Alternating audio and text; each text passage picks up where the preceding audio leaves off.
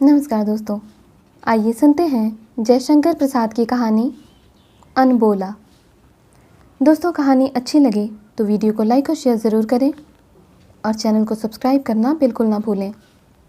तो आइए शुरू करते हैं आज की कहानी अनबोला। उसके जाल में सीपियाँ उलझ गई थी। जगैया से उसने कहा, इसे फैलाती हूँ तो सुलझा दे। जगैया ने कहा, मैं क्या तेरा नौकर हूँ? कामैया ने तिनक कर अपने खेलने का छोटा सा जाल और भी बटोर लिया। समुद्र तट के छोटे से होटल के पास की गली से अपनी झोंपड़ी की ओर चली गई।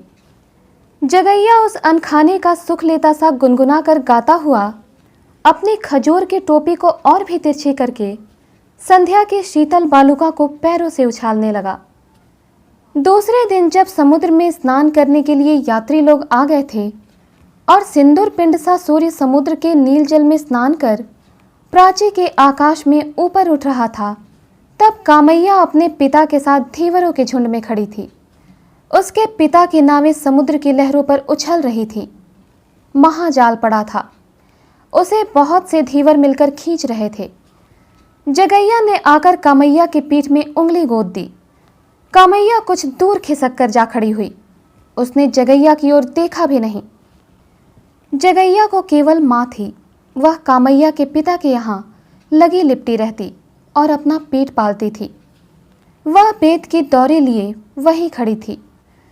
कामैया की मछलियाँ ले जाकर बाजार में बेचना उसी का काम था। जगैया नटखट था। वह अपनी माँ को वहीं देखकर और हट गया, किंतु कामैया की ओर देखकर उसने मन ही मन कहा, अच्छा। महाजाल खींचकर आ गया था। कुछ तो मछलियां थी ही, पर उसमें एक भीषण समुद्री बाघ भी था। दर्शकों के झुंड जुट पड़े। कामैया के पिता से उसे निकालने को कहा गया ताकि प्रकृति की उस भीषण कारीगरी को लोग भली भांति देख सके। लोभ संवरण न करके उसने समुद्री बाघ को जाल से निकाला और एक खूंटे से उसकी पूंछ बांध दी। जगैया की माँ अपना काम करने की धुन में जाल में मछलियां पकड़कर दौरे में रख रही थी। समुद्री बाघ बालों की विस्तृत बेला में एक बार उछला। जगैया की माता का हाथ उसके मुंह में चला गया। कोलाहल मचा, पर बेकार। बेचारे का एक हाथ वह चबा गया। दर्शक लोग चले गए। जगैया अपनी मूर्छित माता को उठाकर झोपड़ी में ले चला। उसके मन में कामैया के पिता के लिए असीम क्रोध और दर्शकों के लिए घोर प्रतिहिंसा उद्वेलित हो रही थी। कामैया की आंखों से आंसू बह रहे थे, तब भी वह बोली नहीं।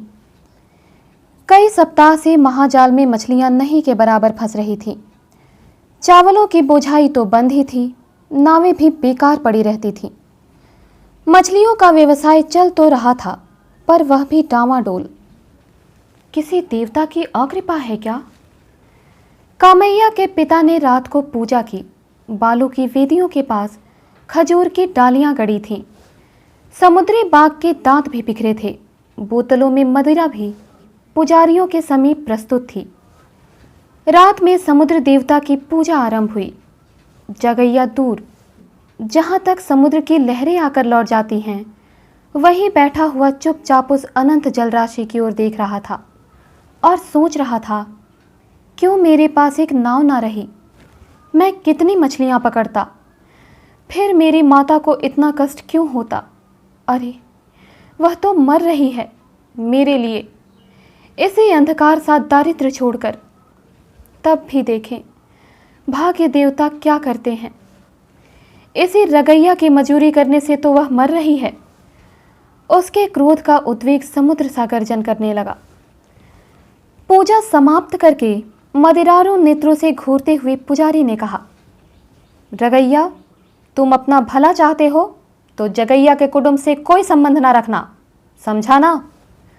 उधर जगैया का क्रोध अपनी सीमा पार कर रहा था।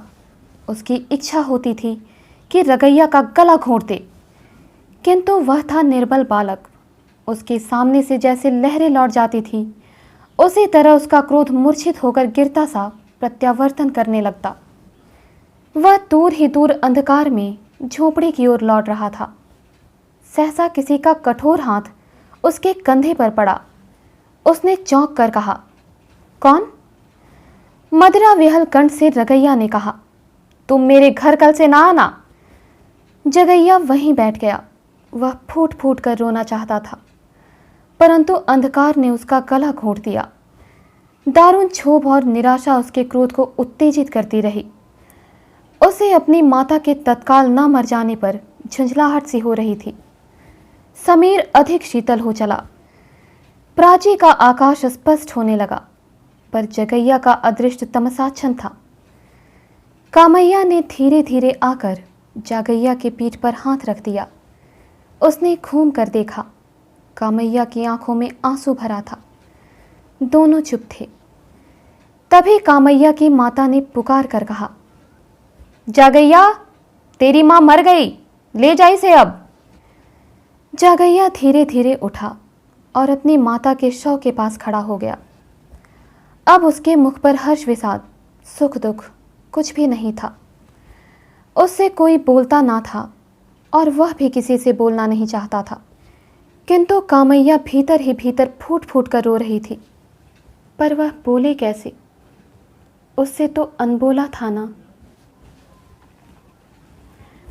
तो दोस्तों, उम्मीद करती हूँ कहानी आपको पसंद आई होगी। इसी प्रकार की और कहानियों के लिए हमारे साथ जुड़े रहें। मिलती हूँ अगली कहानी के साथ। तब तक के लिए धन्यवाद।